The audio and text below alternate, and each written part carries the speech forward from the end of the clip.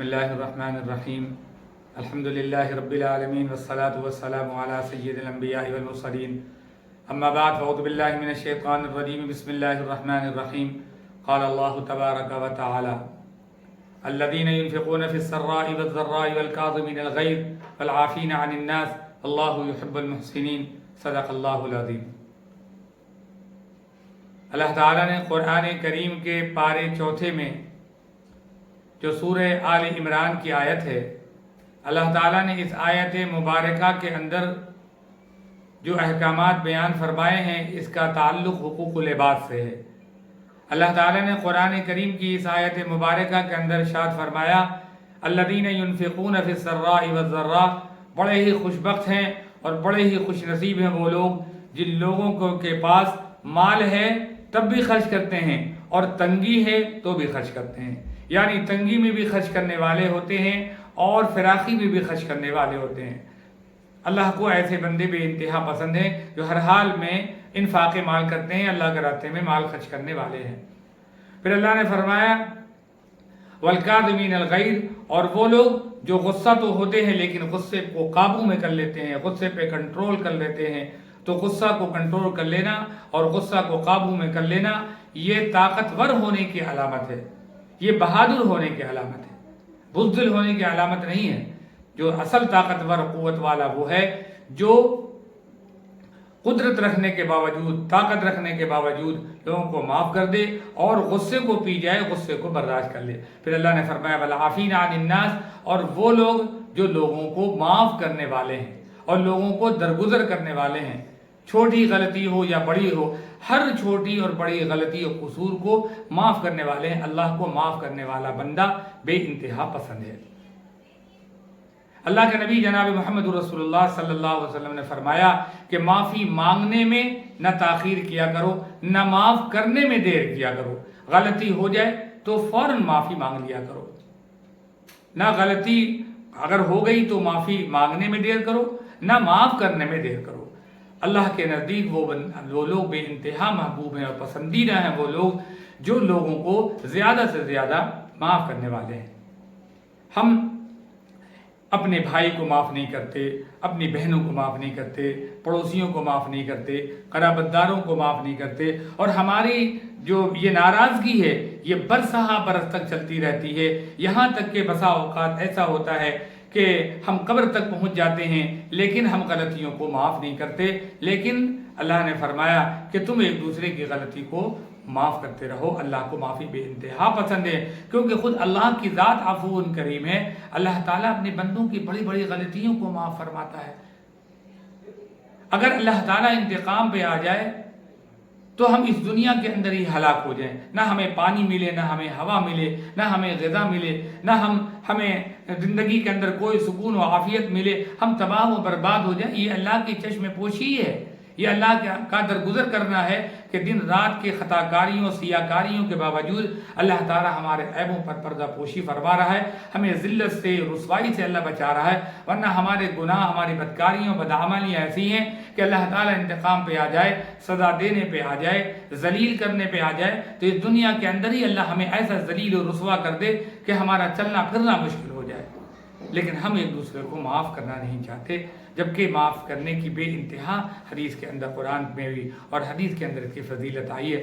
اللہ کے نبی جناب محمد رسول اللہ صلی اللہ علیہ وسلم کی ذات مبارکہ کو دیکھیے کہ اللہ کے نبی صلی اللہ علیہ وسلم نے کیسے کیسے سرکش کو، کیسے کیسے ظالم کو، کیسے کیسے دشمنوں کو، جنہوں نے آپ کے ساتھ کیسی کیسی دشمنی کی، عداوتیں کی، لیکن اللہ کے نبی صلی اللہ علیہ وسلم کو جب دست قدرت حاصل ہو گیا تو دست قدرت حاصل ہونے کے باوجود بھی اللہ کے نبی صلی اللہ علیہ وسلم نے بجائے انتقام لینے کے، کملی والے آقا نے لوگوں کو معاف فرما دیا، آپ صلی اللہ علیہ وسلم نے انتقام نہیں دیا۔ اللہ کے نبی صلی اللہ علیہ وسلم نے ابو سفیان کو معاف کیا، اللہ کے نبی صلی اللہ علیہ وسلم نے وحشی کو معاف کیا جنہوں نے سید الشہداء حضرت امیر حمزہ رضی اللہ تعالی عنہ کو شہید کیا، بے دردی کے ساتھ شہید کیا، ان کے جسم کے ٹکڑے ٹکڑے کیے، لیکن اللہ کے نبی صلی اللہ علیہ وسلم نے اپنے چچا سید الشہداء حضرت امیر حمزہ رضی اللہ تعالی عنہ کے قاتل وحشی کو معاف کر دیا۔ اللہ کے نبی صلی اللہ علیہ وسلم نے حبار بن اسود کو معاف کر دیا. وہ حبار بن اسود جنہوں نے نبی کریم صلی اللہ علیہ وسلم کی لخت جگر حضرت زینب رضی اللہ تعالی عنہا کو قتل کیا اور انہوں نے خنجر مارا. اور حضرت زینب رضی اللہ تعالی عنہا جب مکے سے مدینہ تشریف لا رہی تھیں اس وقت حضرت زینب رضی اللہ تعالی عنہا کے اوپر ایک خنجر پھینکا. یہ پھینکنے والا خنجر یہی حبار بن اسود تھا. اور حبار بن اسود نے جیسے ہی خنجر پھینکا ہے ایسا نشانہ لگا کر کے پھینکا کہ حضرت زینب رضی اللہ تعالی عنہا زمین پر تاب نہ لا کر گر پڑی اور شدید زخمی ہو گئیں. اور ایسی زخمی ہوئیں کہ حضرت زینب رضی اللہ تعالی عنہا کا اسی شدت بیماری میں مبتلا رہنے کی وجہ کر حضرت زینب رضی اللہ تعالی عنہا کا وصال ہو گیا. لیکن آقا نامدار جناب محمد رسول اللہ صلی اللہ علیہ وسلم کا اخلاق کریمانہ دیکھیے، آپ کی محبت دیکھیے، آپ کی صلہ رحمی دیکھیے، آپ کی بخشش دیکھیے، آپ کی عنایت دیکھیے اور آپ صلی اللہ علیہ وسلم کا جود و کرم اور آپ کا درگزر کرنا دیکھیے کہ حبار بن اسود نے بہت بھاگنا چاہا کہ ہم کہیں اور چلے جائیں، چھپ جائیں، بھاگ جائیں. لیکن جب اسے یقین ہو گیا کہ ہم کہیں بھاگ نہیں سکتے، ہم کہیں چھپ نہیں سکتے، تو حبار بن اسود آخرکار نبی کریم صلی اللہ علیہ وسلم کی عنایتوں کا، آپ صلی اللہ علیہ وسلم کی صلہ رحمی کا، آپ صلی اللہ علیہ وسلم کے اخلاق کا، آپ صلی اللہ علیہ وسلم کے درگزر و معافی کا اس نے بہت پرچار سن رکھا تھا. اس لیے حبار بن اسود آخر میں آتے ہیں اور آ کر کے اللہ کے نبی صلی اللہ علیہ وسلم کی مجلس میں جیسے ہی حبار بن اسود آتے ہیں ان کے چہرے پہ نقاب ہوتا ہے. اللہ کے نبی صلی اللہ علیہ وسلم کی نگاہ مبارک حبار بن اسود پہ پڑ جاتی ہے. صحابہ کرام نے کہا یا رسول اللہ حبار بن اسود آیا ہے. اللہ کے نبی نے فرمایا میں نے حبار کو دیکھ لیا ہے. اللہ کے نبی نے فرمایا حبار اپنے چہرے سے نقاب ہٹاؤ. حبار نے اپنے چہرے سے نقاب ہٹایا. اللہ کے نبی صلی اللہ علیہ وسلم نے فرمایا حبار کیا چاہتے ہو؟ کہا یا رسول اللہ میں امان چاہتا ہوں. اللہ کے نبی نے فرمایا جاؤ میں نے امان دے دیا. اور آگے بولو کیا چاہتے ہو؟ کہا کہ میں بخشش چاہتا ہوں، میں آپ سے معافی چاہتا ہوں، میں معذرت کرتا ہوں، میں اپنی میرا جو جرم ہے ہم اپنے جرم کا اقرار کرتے ہیں. یا رسول اللہ میرے گناہ کو میری غلطیوں کو معاف فرما دیجئے اور میں اسلام قبول کرتا ہوں. اللہ کے نبی صلی اللہ علیہ وسلم نے فرمایا جاؤ حبار میں نے معاف کیا، اللہ بھی تمہیں معاف فرمائے. اور اسلام پچھلی جتنی بھی غلطیاں ہوتی ہیں، گناہ ہوتے ہیں، اس کو اسلام کے دامن میں پناہ لے لینے کے بعد اس کی پچھلی جتنی غلط کاریاں گناہ ہوتے ہیں وہ اللہ تعالیٰ معاف فرما دیتا ہے. تو میرے دوست و بزرگوں اللہ کے نبی صلی اللہ علیہ وسلم نے ابو سفیان کو معاف فرمایا، حبار بن اسود کو معاف فرمایا، اکرمہ بن ابی جہل کو معاف فرمایا، وحشی جنہوں نے نبی کریم صلی اللہ علیہ وسلم کے جسم کے ٹکڑے ٹکڑے کیے تھے اس وحشی کو معاف فرما دیا. تو ہم اپنی چھوٹی چھوٹی باتیں جس کا کوئی وجود نہیں ہوتا، اتنی تکلیف تو ہمیں نہیں پہنچی ہوگی جس قدر اللہ کے نبی صلی اللہ علیہ وسلم کو ان حضرات سے پہنچی تھی.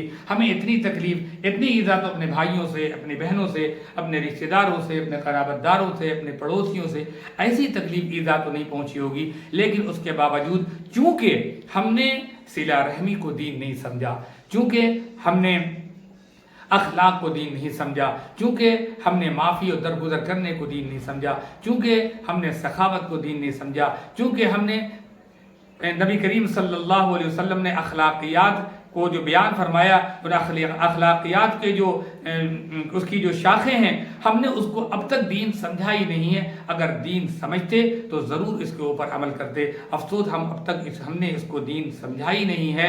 ہم فرائض اور واجبات کی صرف ادائیگی کر لینے کو دین سمجھتے ہیں، جبکہ اللہ فرماتا یا ایھا الذین آمنوا ادخلوا فی السلم کافہ، ایمان والو اسلام کے اندر پورے طور پر داخل ہو جاؤ.